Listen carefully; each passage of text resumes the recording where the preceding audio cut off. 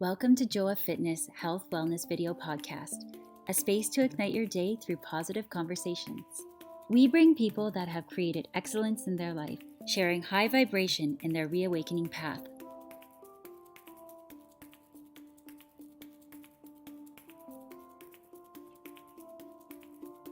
Happy Friday, how are you? Thank you so much to join our every week podcast, Back into Alignment. My name is Joa Rivas and I am the host of the podcast for the last 4 years. Back into Alignment was created as a way to support you if you are experiencing back pain, especially for those that are sitting for long hours. We are definitely seeing how our body gets compromised from this position. So actually today I'm excited to have one more time the physiotherapist Michelle, who is here in Toronto, and she's been with us for the last 3 weeks, sharing information about the back pain in many levels. We talk about the forward head posture, we talk about back pain at work, and actually today we will be talking about hunch over and the shoulder pain, which is something that is related to all this imbalance that happens when we are sitting. As I was researching, I actually found that we are working an average of 90,000 hours in our life. Yes, 90,000 hours. That's kind of a lot of hours. And I'm sure at least 50% of this time we are sitting. Sometimes we're sitting because we're commuting, we're driving, we're on the train. Maybe we are doing admin in front of the computer. This is the most typical way as we are working, sitting. And it definitely it compromises our body, especially our neck and all the muscles attached to our neck, which is our entire body pretty much. We are connecting from our head to toe. And this is what we're going to be chatting today. So let's just get comfortable to share the conversation with Michelle. How are you, Michelle? I'm very good, thanks. Yes, I So saw that you excited were to be here celebrating again. Halloween. Yeah, you were Oh celebrating. yeah, we had a blast. We all got dressed up here. It was a lot of fun. Super. And you also had a webinar last week about the hip osteoarthritis on the hip. And how was that? The knee and the hip? Yeah, it was great. We had a great turnout. Lots of people that came in that joined it with questions about hip and knee pain related to arthritis. We've started our GLAD program, which is awesome. So overall, it was a really great event, and we felt like we were able to really help a lot of people. Okay. Yes. And GLAD basically it was actually founded in Europe, and it's this program that people that are suffering of osteoarthritis, they can actually get to practice some exercises specific for the knee and for the hip. And actually, Michelle had a webinar last week where she was actually sharing information about this technique that is being proved that helps a lot. And do you normally get people in the elders or young people? Because I am 37 and I actually was diagnosed with osteoarthritis. So what are the typical people that actually come with a curiosity about these type of issues?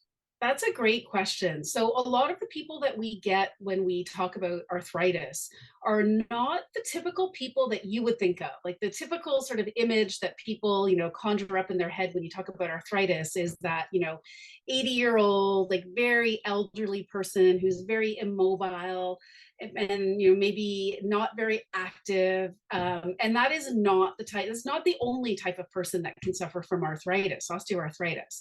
There's lots of people like you, Joa, that are young, that are in their 30s and 40s and 50s who have developed arthritis in some joints. And that's because arthritis is really just, it's a wear and tear issue, right? It's the more strains and stresses and things that we do with our body if we've led an active lifestyle that causes wear and tear on our joints. And so a lot of the people that we see and that are in the GLAD program are younger people that have arthritis. And so it could be a 35, a 45, a 50-year-old that has arthritis in their knee or their hip, and they just want to be able to learn how to manage it. Like, what can they do now? Because they want to keep active. They don't want to stop and completely stop doing all the things they love because they're young.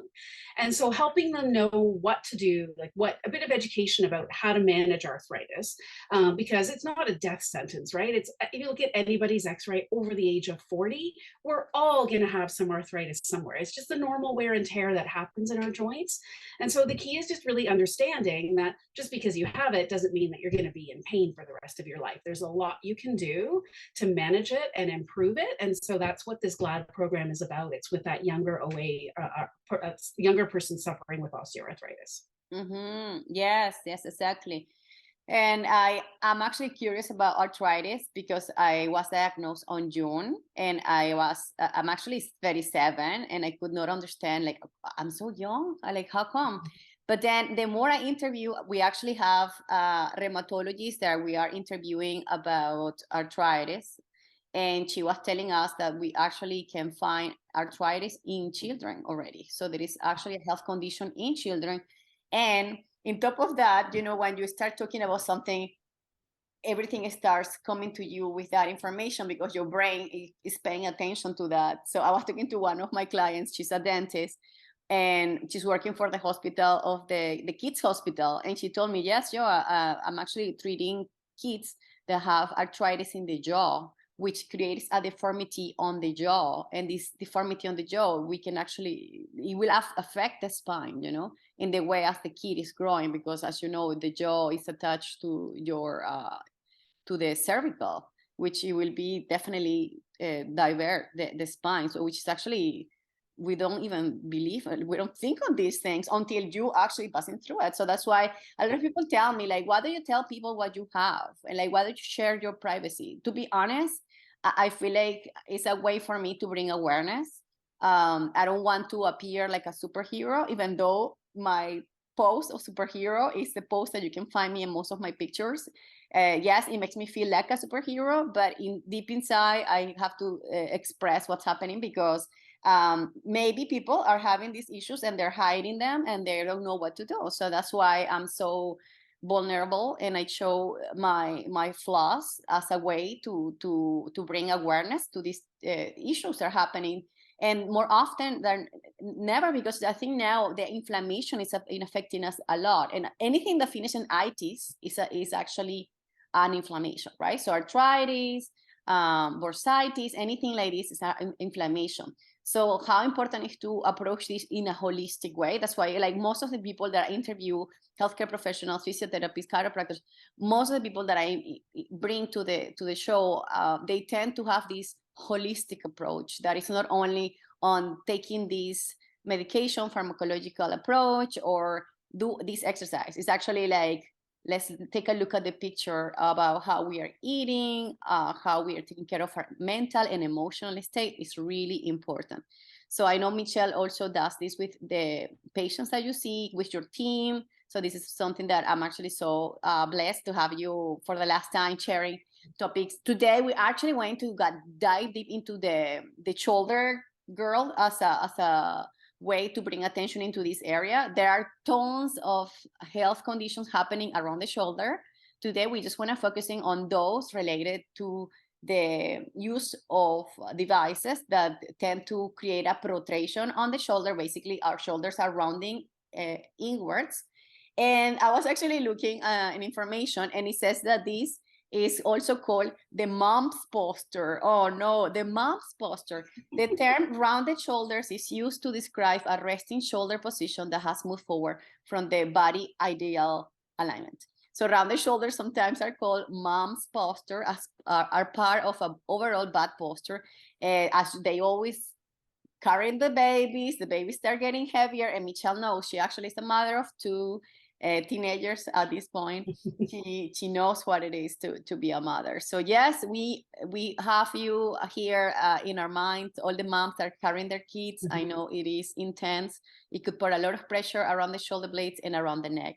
So let's start with anatomy. Michelle, I know you always send me these slides. I don't show them because most of the people are listening to this, so I just want them to imagine. So if you can actually take us into a story about the shoulder and how compromised it gets as we're sitting for so many hours without awareness. Yeah, for sure. I can do that. So yeah, the shoulder is a super complex joint, and it relies on muscles. There's a lot of muscles that surround the shoulder, behind, on top, the front, and all of these muscles are supposed to work together in the right way to hold your shoulders in like what we call sort of an ideal posture, right? And so what happens when you get into these like rounded upper back and head forward posture, it often sort of originates from your pelvis. If you're in a seated position, if your low back is rounding, it automatically just kind of pulls your whole upper back forward, which then results in your shoulders just rounding forward. So everything just kind of gets, crunched and closed in the front here. And that has a bunch of different sort of compensations that can happen in our body because of that, like rounded upper back, head forward, rounded shoulder posture. The big thing that we see is we see a lot of tightness that develops in the front of the shoulders because we're hunched, we're rounded here. Our muscles in the front, our pec muscles in the front become tight. Our neck muscles, because we're in this up head forward posture, become tight. Um, and then often our muscles that kind of, run down the side of our neck and head become tight because of this rounded shoulder head forward posture. And so we often are very aware of that because we're feeling like, oh, it's tight and I want to stretch it. But when I stretch it, it just tightens right back up again. I can't seem to get it loose. And part of the reason why you get that recurrent tightness is because the tightness is only half the problem. The other half of the problem is that because of this rounded shoulder posture, all of your muscles in the back, around your shoulder blades, become weak. And so the weakness just allows you to just kind of get pulled more into this rounded shoulder posture. And so if all we try to do is kind of focus on stretching out these things that have become tight and try to open things up like this, well, that's great. But we have to pair it with looking at what's happening in the back, in the upper back, around the shoulder blades, because those muscles that hold the shoulder blades back are now weak. And unless you strengthen them, you're not going to be able to get your shoulders open. You're constantly just going to be falling forward. And so that's I'd say one of the biggest muscle imbalances or problems or compensations that we see because of that rounded shoulder posture. Exactly. And we're talking about the ball and socket joint. Imagine a ball and a socket that we move, and actually we can move our shoulders 360 degrees. We should be able to do this, but we don't have sometimes the connection between our brain and our body. We normally tend to be hunched over, but we forgot to actually retract the shoulder blades, as Michelle was telling, how to activate those weak muscles. How can we wake up those muscles? I always imagine that we have little construction guys supporting pulleys in our shoulder blades, and the guys are sitting by our pockets of our pants, and they're pulling those shoulder blades back. But if we don't activate those guys, they get lazy and they just sit and rest, and they forget about the help that we need. So basically, how can we actually activate these constructor guys to be able to pull those muscles? And also, how can we make this a lifestyle, a way of living? Because sometimes we do it and it works, and then we forget it, and then we get back into the previous patterns, right? So the most important is how can we do this for more with awareness for life? That's a great question. So, I mean, I think the first thing that we need to recognize is trying to just set yourself up properly at your desk. Because a lot of these sitting activities that we do just encourage us to push us into this posture, right? So, even just a simple thing of rolling up a towel and putting it in the small of your lower back, like the hollow of your back down low, will automatically help you to open up your shoulders. So that's one little trick that can make a big difference. And then the other thing is I try to sort of tell people, think about pulling your shoulder blades down. Like we often go through life and our shoulders are up around our ears, right? So just that bit of awareness through the day, whenever you think of it, to kind of just pull your shoulders down. And as soon as you pull them down, you'll feel the muscles down around the bottom of the shoulder blades activating to kind of hold you there. So just that simple little movement will bring your shoulders down. It will open them up a little bit. And then the key becomes, reminding yourself to do it. And that's when the little tricks like putting a reminder that pops up on your screen or something on your desk that's, very out of place, that every time you see it reminds you to just pull your shoulders down and back. Can be a couple of really easy, simple little things that you can do throughout the day to help you, be there in this posture with your shoulders down and back versus just letting yourself, be up like this. Exactly. So basically, you recommend us to practice rolling a towel and set it up the towel on the back between our back and the chair that we're sitting, just to have a little bit of support on that space. And then what about laying down on the floor with kind of like the towel in between for maybe 2 minutes to open up the thoracic area? Would that help? Oh, I love that exercise. That's one of my favorite ones. It does two really, really good things for our bodies. It will open up the shoulders, like you said, right? It gets us out of this position and just lets us open everything up like this. But the other thing it does is that a lot of these things that we do day to day that bring us into that rounded shoulder posture, it also rounds our upper back, and our upper back becomes stiff. And we get stuck in this position because we've lost the range of motion to get back into a more neutral position. And so lying on a towel rolled up, yeah, it opens up your shoulders, but it also helps to lengthen and open up your spine and straighten up your spine and get it out of that rounded posture into a more neutral position. So that is by far one of my most favorite things to do. Mm-hmm. Yes, exactly. And then you may just incorporate this for 2 minutes in between your work hours, especially if you're working from home. You can always lay down on the floor. I'm sure if you're in the office, will be strange.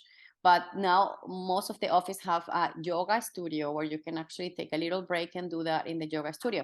But standing, I actually have a video where I give you 12 minutes of shoulder activation movements that you can do it from a standing position. You don't have to be laying down on the floor. I love trap tree raise. This exercise helped me a lot, which is basically you are first retracting and then bringing the arm overhead next to your ear. You may notice that one arm doesn't have the same range of motion than the other arm. So because I have a scoliosis, I used to do this and I still do it. And I notice I tend to have a little bit more challenge on mobility in one side than the other. So that's what I like to do unilateral, a lot of these exercises to do in one side. And so I can actually notice what side needs more attention or what side is stronger. And also the rotator cuff, there are a lot of issues around the rotator cuff. Could you actually give us the most common issue on the rotator cuff when we're sitting at work? Yeah, the rotator cuff can become a big problem when we get into that rounded shoulder posture. And the reason is when our shoulders become rounded like this, we're now in this sort of not so ideal position, but now we're using our arms in this alignment. And the problem that creates is if you look at the anatomy of the shoulder, like you said, it's a ball and socket joint. And as we lift our arm, what can happen is the rotator cuff tendons attach along the top of the ball, of like the ball and socket. The ball is the humerus or the arm bone. And your rotator cuff tendons attach onto the top of that ball. And when you lift your arm, and you're in that rounded shoulder upper head forward posture, the rotator cuff tendons can actually start to get impinged or pinched as you lift your arm. And so that over time can cause inflammation. So you can develop a rotator tendonitis or tendinopathy, which means that there's just been some structural damage to the tendon, because every time you're lifting your arm, you're compromising, you're impinging those rotator cuff tendons, which leads to pain. And that is one of the most common things we see in the shoulder. It's a very common injury to see. And sometimes the injury happens because you've fallen or because, you played too much tennis. But sometimes it's just because of the repetitive use of your arm with your normal day-to-day things that you do in this rounded shoulder posture, which compromises the rotator cuff, causes the pinching, and causes the pain. What about the decalcification of the shoulder? I remember I have a couple of clients back in the day when I used to be a personal trainer. I used to have a lot of decalcification of the shoulder girth. So do we have, if this the same because of repetitive activities? Yeah, so over time, what can sometimes happen within the tendon is you can develop little calcium deposits, and it's called, yes, you get calcification of the tendon. So that's sort of another level of ongoing strain that's happened in the tendon over many years, right? So it's not the I fell and hurt my shoulder kind of injury. It's the little bits of wear and tear from the day-to-day stuff that we do that causes the little calcium deposits and causes the calcification within the tendon, and that's a little bit more tricky to address. And it's similar, it's similar on some levels because it's about correcting the alignment of the shoulders, opening up the shoulders, opening up the upper back, stretching what's tight, strengthening what's weak. But that calcium deposit is still there, and sometimes what's required in those situations, there's a type of treatment called shockwave therapy, which is like a modality, a machine that we use in physio, or chiropractors use it as well. And it's a type of sound wave that goes in and helps to break down scar tissue, break down the calcification. It creates an inflammatory response, which seems strange, but the idea is you create the inflammatory response to initiate a better cascade of healing, the healing process, in the hopes of reducing the pain. And that can be a useful treatment technique when you have that calcification. To break down those crystals accumulated. Yeah. Yeah, great. Remember that rounded shoulders that we tend to generate as a habit can actually also debilitate our mood. I see that sometimes right away when you are sad and depressed, you are like hunched over and you're just like inwards. So when you fix and you actually become aware of the posture, you probably will feel more confident. That's one of the most the biggest reward of being able to being aware of your posture is to feel confident. Talking about the shockwave, by the way, I do receive shockwave in my sacrum as a way to heal my sacrum. Shockwave and ultrasound. Those therapies are actually very efficient to me. I get a right away feeling of relief. But again, it's a whole holistic approach. I am doing planks, and I feel planks, like we said on the very first episode, a core is essential for our spine. So not only retracting your shoulder blades, but also activating our core muscles. As we are sitting, our muscles are actually keeping us straight, very important. And we actually had this talk 3 weeks ago, so you can actually come back and check the core muscles to strengthen and how to make your posture better. So Michelle, give us a little bit of your events happening. I know there's an event happening very soon this month, so we can actually be able to be online, be able to ask you questions. When is it? So on November 28th, 7 p.m., we're running another free online workshop, and it's all about shoulder pain. And so we'll talk about sort of the most common causes of shoulder pain. We'll talk about things like rotator cuff and how that can contribute to shoulder pain. We'll also talk about the concept of how posture and the shoulder function and shoulder pain are connected. And it's, like I said, it's a free online workshop, and we'll basically just be giving you information about the causes of pain, but also information about what you can do to help with shoulder pain. Oh, so perfect. That just fits like a ring in my finger. Perfect. Yeah. Now, tell me again the day and the time. November 28th. It's a Tuesday, I believe. November 28th at 7 p.m. Perfect. And I will share this in the chat box for people to actually log in and have all the information to register, right? That we need to register to be able to participate. Yeah, you do have to register. So if you can either find us online on our website, physioplushealth.com. And there's on the top right-hand corner, a little button that you can click to get to our virtual workshops. Leading up to the workshop, we'll have on our social media page for Physio Plus little posts about our upcoming workshop, and that will give you a link where you can find the registration page as well. So between those two places, you should be able to find us and register. Okay, great. we will be definitely having that in the chat box. And I think one more time, the conclusion for our talk today, if you can give us 2 tips for those that are actually suffering of a rotator cuff or a shoulder frozen or any type of shoulder complication, what should we do to be able to alleviate besides going and seeing you, like that's the first thing. Go and check, get a diagnosis, a proper x-ray, an ultrasound, and perhaps an MRI depending on the severity.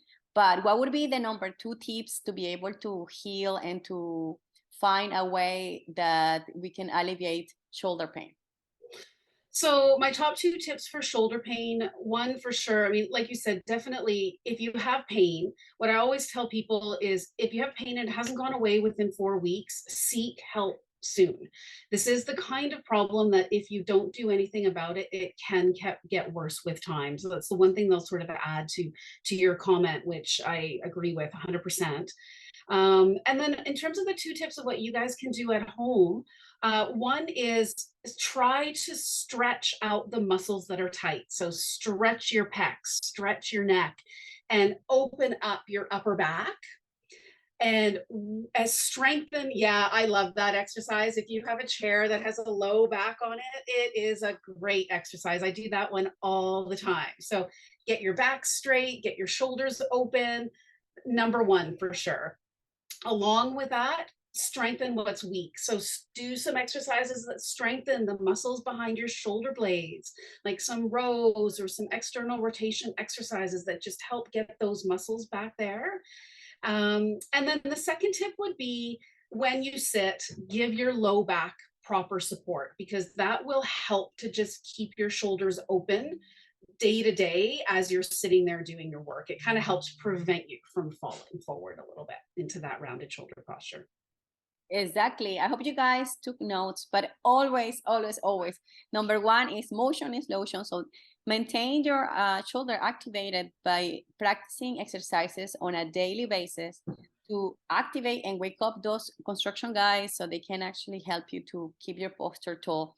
And also to reduce the insomnia. A lot of people that have issues and sleeping is because they have pain during sleep, especially when they're turning, and this can also affect the sleep. Also, make sure that you're checking your mattress and your pillow, because if you are not using a proper mattress and pillow, this can also affect your shoulder and the position of your neck. So there's so many little tips here, but I love that at the end, we always give you 2 ideas. And first, to check with a doctor. I think that's why I always invite a physiotherapist and healthcare professionals to remind you that that's the very first approach, and no wait until the pain is extremely acute.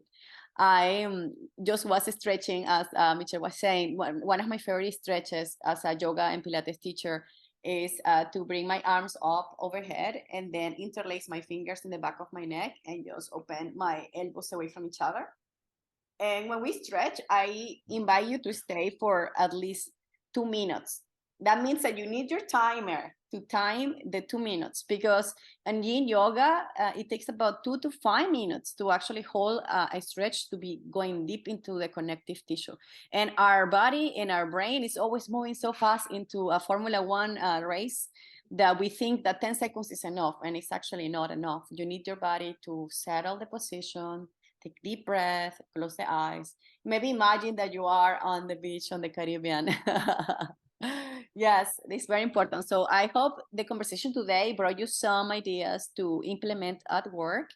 And if you have any questions, please visit Michelle's page. She's actually the director of Physio Plus Health here in Toronto. She also has an office. You can go and visit her or one of her team players.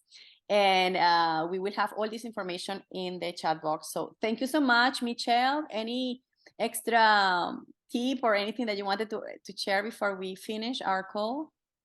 I would say the biggest tip would be just keep moving, move more and sit less. I think that is sort of, one of the big things that we should all walk away with. Yes, motion is lotion. Thank you so much, my friends. Remember that together we are stronger. We invite you to subscribe to this channel and share with your community. Please leave comments below, and if you like the episode, click the like button. Have a beautiful day.